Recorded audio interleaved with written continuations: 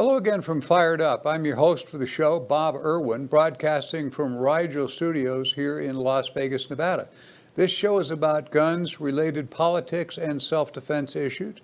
Fired Up is on our website, firedupwithbobirwin.com, and on the American Guns and Glory Network, also on YouTube and numerous other media.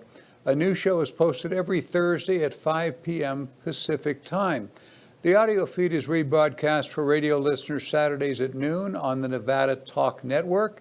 You can check out KELY1230.com for a station in your area. Questions or comments, you can send an email to bob@firedupmail.com. Again, that's bob@firedupmail.com. Or leave a message on my office recorder, 702-257-1060. That's 702-257-1060. If you leave contact information, I'll respond by email, text, or telephone. I'm breaking from our regular format once again to insert a special show I recorded with firearms specialist attorney Donald J. Green just 2 days ago.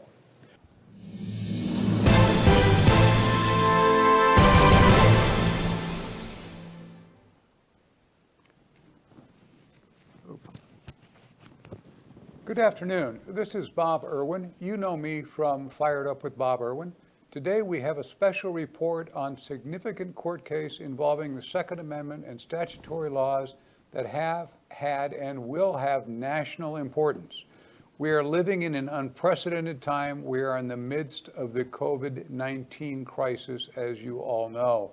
Yet our gun stores remain open in Nevada and several states by the statutes such as NRS 414 and constitutional provisions. Yet our courts throughout the nation are bogged down. They're adapting to the ramification of the coronavirus by social distancing, limited access, online hearings, and of course, using masks and gloves actually in court. Additionally, the courts are issuing remarkable decisions in the midst of the COVID-19. Perhaps we would never have come about. So today we are presenting those court cases for analysis and commentary. With me is Nevada and California attorney Donald J. Green. What's going on, Don? Okay. Bob, last Thursday, Judge Roger Benitez, a federal judge in the United States District Court for the Southern District of California in San Diego, issued a ruling in the ammunition prohibition and background check component in California's laws. Now, please remember that about 18 months ago, Judge Benitez, by coincidence, was the same judge who declared that California's ban on magazines having the capacity to hold more than 10 rounds was unconstitutional. That case was supposed to be heard by the United States Court of Appeals for the Ninth Circuit this month. But of course, in the midst of this COVID-19 crisis, that was changed. But last Thursday, another case had been presented and was randomly assigned to Judge Benitez. And I hope it's just random because some people might challenge it. In the case of Rhode, R-H-O-D-E, versus Xavier Becerra, who is the Attorney General of the state of California. This was the case which challenged the background checks for ammunition in California. And in a brilliant, well-reasoned decision, 120-page decision, Judge Benitez found that the California scheme on background checks for ammunition was unconstitutional. May we have slide 1? In the decision, Judge Benitez wrote in the opening paragraphs, quote, "The experiment has been tried. The casualties have been counted. California's new ammunition background check law misfires, and the Second Amendment rights of California citizens have been gravely injured. In this action, plaintiffs seek a preliminary injunction in joining California's onerous and convoluted new laws requiring ammunition purchase background checks and implementing ammunition and anti-importation laws. For the reasons that follow, the motion for preliminary injunction is granted. Now, can we have slide 1B, please? On page 118 of his decision, Judge Benitez wrote, quote, California has tried its unprecedented experiment. The casualties suffered by law-abiding citizens have been counted. Presently, California and many other states sit in isolation under pandemic-inspired stay-at-home orders. Schools, parks, beaches, and countless non-essential businesses are closed. Courts are limping while police make arrests for only the more serious crimes. Keeping vigilant is necessary in good times and in bad. And maintaining the Second Amendment rights are especially important in times like these. For if we let these rights lapse in good times, they might never be recovered in time to resist the next experiment or appearance of criminals, terrorists, and tyrants. May we have the next slide, slide 1C. Now, this is the Coronado Hotel in San Diego, and the reason we put this up is to give you some perspective. This is mild-mannered California, the week before the COVID-19 crisis and stay-at-home orders. You see some people there on the beach, but we wanted to point out that this is from San Diego, and with California being so anti-gun, we have one man, we have one United States District Judge appointed by President Bush who has the courage and the guts and the intellect to tell the entire state of California, all of its government officials, all of its law enforcement officials, the Attorney General, and everyone else having any authority to enforce the background check law for ammunition, he's telling him, you can't do it, you are stopped. This is the only decision in the United States of which I'm aware is like this. And this is so recent. This is last Thursday. May we have the next slide, slide 3, please. Okay. This is from the United States Court of Appeals for the Ninth Circuit. And this was issued on April 24th, 2020 at about 9:45 at night, last Friday night. Because on Friday, the Attorney General for the state of California filed an emergency request to hold off on the implementation of Judge Benitez's order prohibiting background checks for ammunition. And in one page, it's about 4 lines, the United States Court of Appeals for the Ninth Circuit, the largest circuit in the United States, Arizona, Nevada, California, Idaho, Washington, Hawaii, Oregon, Guam, and Nevada, the largest. They've got more judges than anyone else. 2 circuit judges appointed by the presidents, not Trump, stated, quote, the court has received appellant's emergency motion for stay. The request for an immediate administrative stay is granted. The district court's April 23, 2020 preliminary injunction is temporarily stayed pending further court order. The court will address the emergency stay motion by separate order. It hasn't come out yet, end quote. May we have the next slide? The United States Court of Appeals for the Ninth Circuit sits in San Francisco. Occasionally, in the years past, they used to go to Pasadena, and sometimes they'd hold court in various states within the Ninth Circuit. They're not doing it now, of course, because of COVID-19. But we presented this picture of the Golden Gate Bridge to show you the contrast between Southern California and San Diego, where Judge Benitez sits, and the United States Court of Appeals for the Ninth Circuit, which sits in very liberal, anti-gun San Francisco, which isn't that the district from which Nancy Pelosi is? And isn't that Dianne Feinstein? Yes, of course, Kamala Harris are the senators from California. But the point here is that we have these significant decisions. Now, what does Judge Benitez's decision mean for people in Nevada? Well, fortunately, we do not have this same problem. And there's good news coming out of this, even though some people say, well, that Judge Benitez's order has been stayed. But here's the good news about it. The good news is that while the order has been stayed, in Nevada, we don't have the problem. We don't have a problem with the importation of ammunition. You can order off of Gunbroker and Ammo Land and Bud's Gun Shop and some other places and try to order ammunition. It's perfectly legal. And if there were gun shows, you could get as much as you can carry.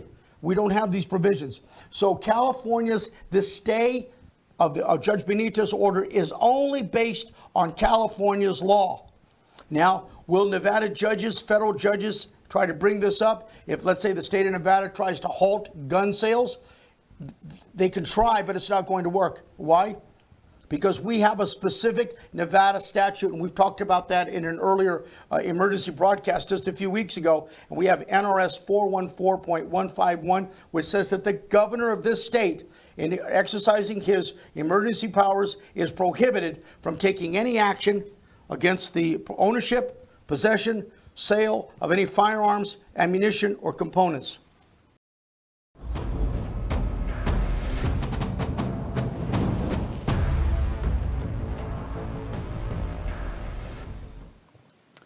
And now a brief word from some of our friends and associates. We'll be right back. Freestyle Martial Arts, located at Jones and Russell here in Las Vegas. You can reach them at 702-551-9009. That's 702-551-9009. CCS Gunsmithing. Chris Eifelt, the man who does all the NRA help, he's at 2216 South Rainbow Boulevard near Sahara. He can be reached at 702-365-1732. Once again, 702-365-1732. Jerry Creed, a trust attorney. If you have a firearms trust or need one, this is your guy. You can reach Jerry at 702-806-7777. That is 702-806-7777. CCW Maggie is found all over the internet. You can reach her by phone at 702-375-5900. That's 702-375-5900. All sorts of firearms training, ladies only classes. She is the best of the best. Call CCW Maggie.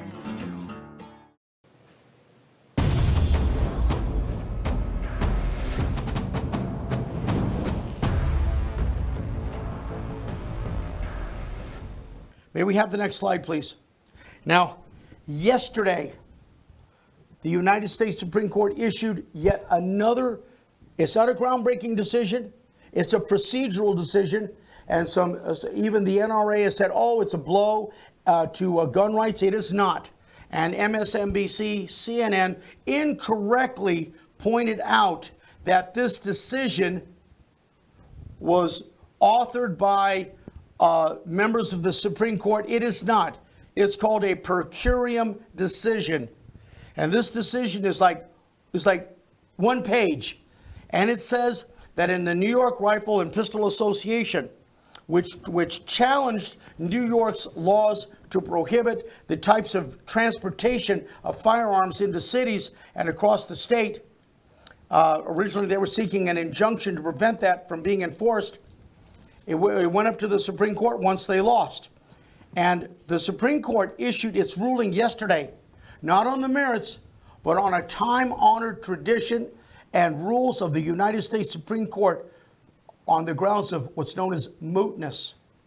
Mootness means, well, there's nothing for us to decide anymore because New York amended its laws in the face of this, knowing that they were going to have to face this before the Supreme Court.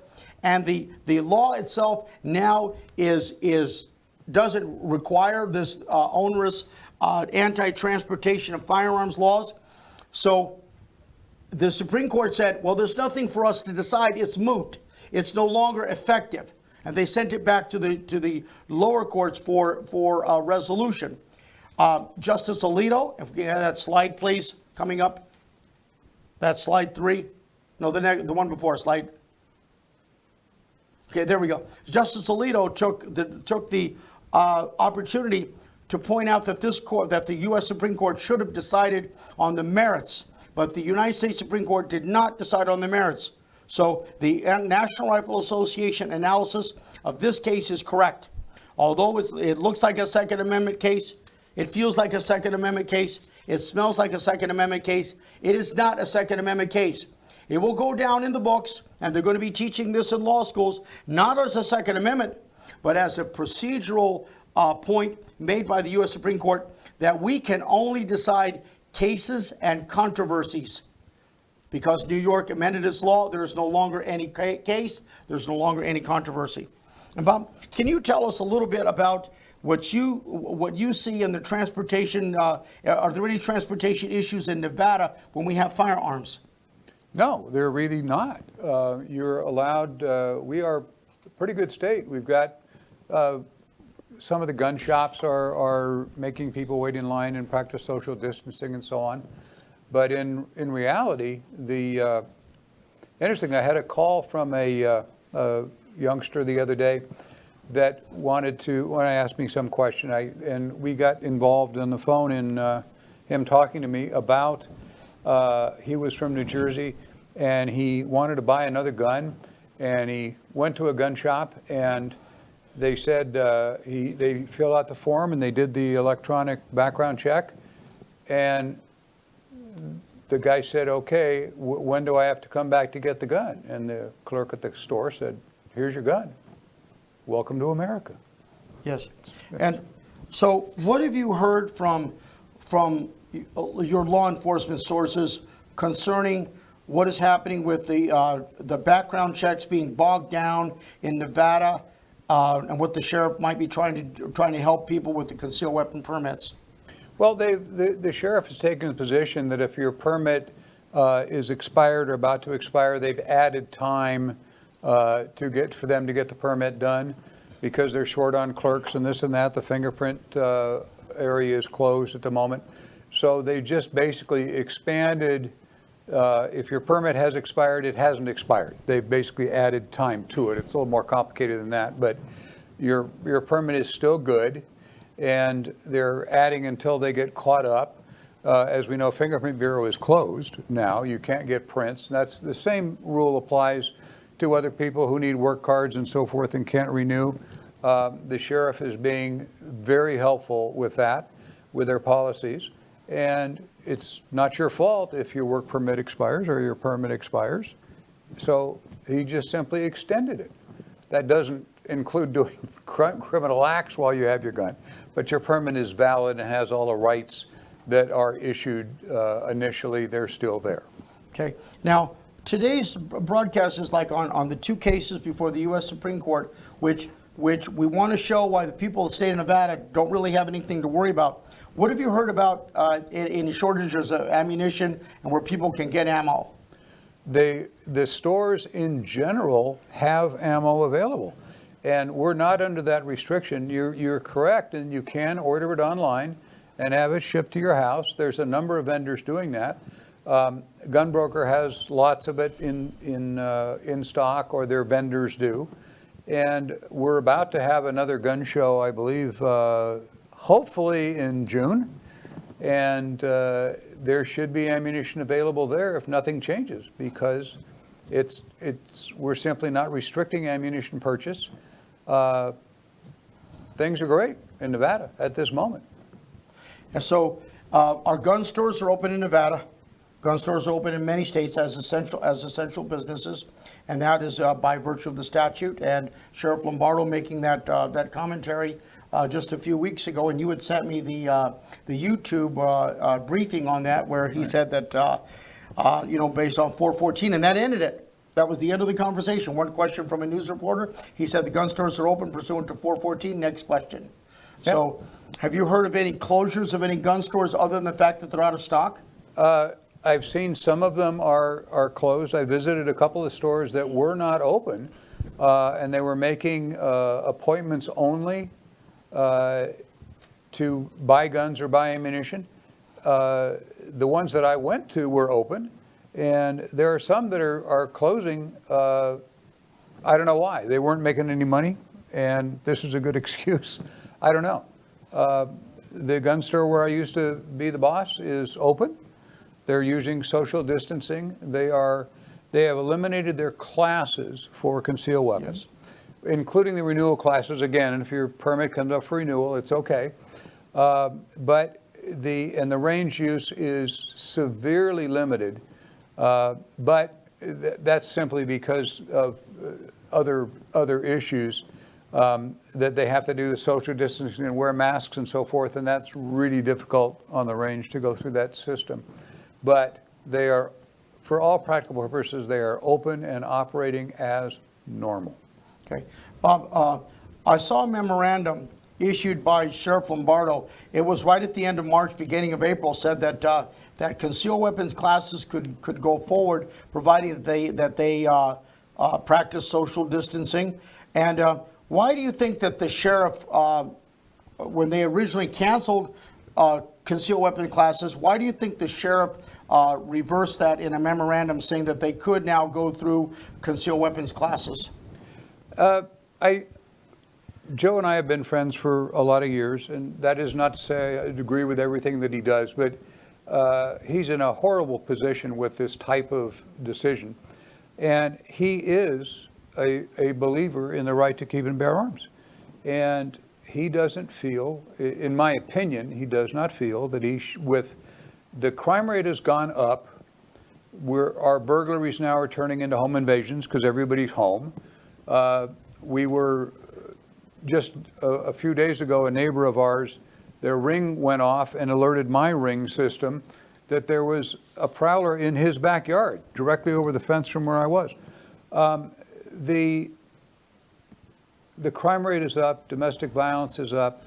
The sheriff does not feel he has any wherewithal to restrict people from possession of firearms or getting firearms or shooting their guns for practice during this time. They're simply in more danger than they were before. The criminals are more active. They're not getting the relief from the government. Nobody's sending criminals a check. If you write the Social Security and say, you know, it's hard for me to do my job, therefore I want $1,000, they don't get a check. Crime rate is up, domestic violence is up, burglaries, as I said, are turning into home invasions. We have all sorts of crime. Auto thefts are up. Street crime is up dramatically. Robberies of 7-Elevens, robberies of banks. The sheriff has got his hands full with the crime that's being committed and does not intend to prevent people from having firearms. And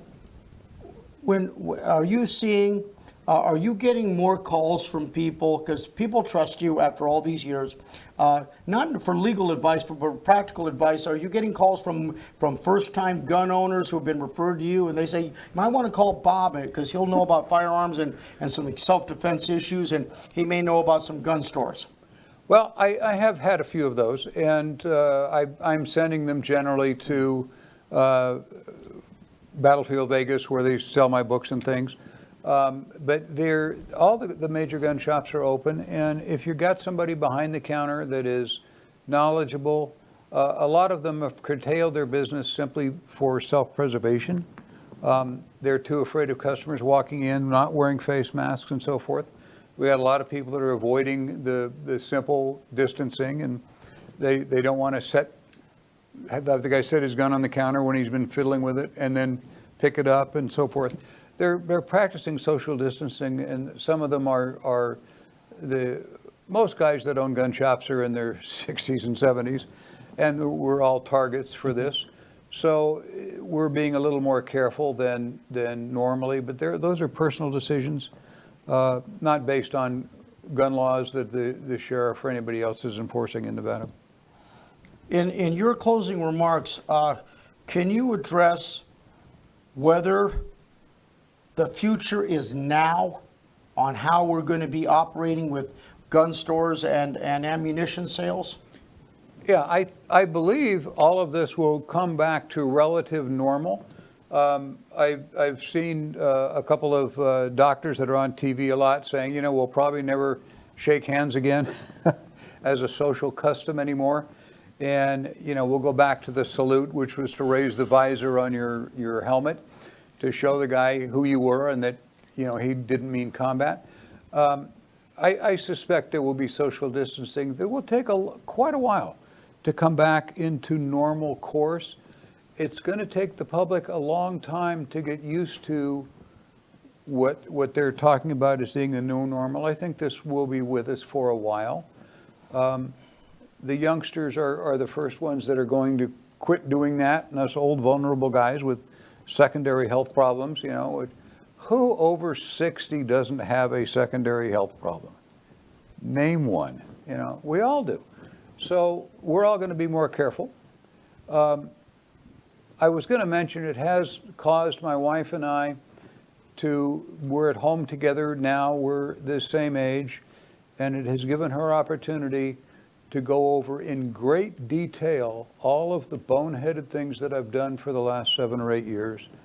And that part hasn't been fun. But in reality, I think it's a good thing. It makes us all healthier and safer.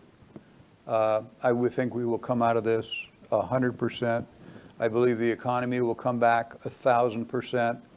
The president, I think, is doing a wonderful job in keeping the economy going. And hopefully, everybody out there will vote for the R's on their ballot so we don't lose all our guns. So you believe that these decisions we talked about today, even though the Supreme Court ruled as mootness, then has sent it back down without commentary, and the Judge Benitez decision, although it's been stayed, you think these are reactions to this new COVID-19 pandemic? They are in a lot of ways. We can't help but react to those. And it's going to be with us, I said, for a long time. But I think it'll be all right in the end. Thank you. I have great confidence in the country coming back. May we have the last slide, please, slide 7. In Nevada, we enjoy the constitutional right to keep and bear arms. In Nevada, we can transfer without a background check guns to our eligible children, our mothers and fathers, our brothers and sisters, and our spouses, regardless of COVID-19. So we want to leave our listeners, especially in Nevada, with that we are a blessed state and that we have a governor who's taken action. And we sent a letter after I spoke with Bob, we sent an email to the governor advising him in March that he could not close the gun stores because there's a specific statutory provision. So I think all the people in Nevada, all the pundits, all the people who start claiming about the Second Amendment being violated, you need to forget about the Second Amendment right now. And you need to focus on Nevada and our laws, because this state was born in the midst of battle. This state was born on October 31st, 1864, and we're named the Silver State because Lincoln needed to maintain a buffer and to have silver to pay for supplies and pay the troops. Otherwise, Nevada could very well have been on the side of the Confederacy. So we have to realize that being battle-born, and we've suffered a lot. We suffered in the October shootings at Mandalay Bay, and we suffered through this pandemic. And 80,000 people were out of work overnight. It took a lot of guts for the governor to do that. But we're going to come back. But fortunately, we're presenting these issues to the people in the state of Nevada and all of our listeners. And we hope that people in the state of California will eventually amend the Constitution and provide in the California Constitution a provision which guarantees the right to bear arms. Because right now, there is no such provision. And that's why Judge Benitez focused in his decision to state that law-abiding citizens are imbued with the unalienable right to keep and bear arms, along with the ammunition to make those firearms work. So in closing, we'd ask the people of the state of Nevada to continue to observe all the practices for social distancing and to not listen to the people on MSNBC. And when they read these decisions of the courts, to seek competent legal advice, so call Bob and I. And Bob will refer you to me. And we'd like to thank you for listening to this special broadcast. And thank you so much, Bob. Thank you for listening. I'll see you back on Fired Up on Thursday.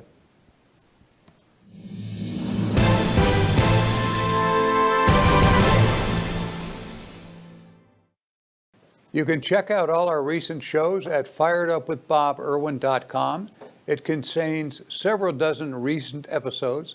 Please patronize our friends and supporters. We'll be back next Thursday on our website, firedupwithboberwin.com, on YouTube at the American Guns and Glory Network, and numerous other websites, television, and radio stations. When watching any media, just click on subscribe and new shows will be sent to your computer or phone automatically. Please forward these broadcasts to your friends.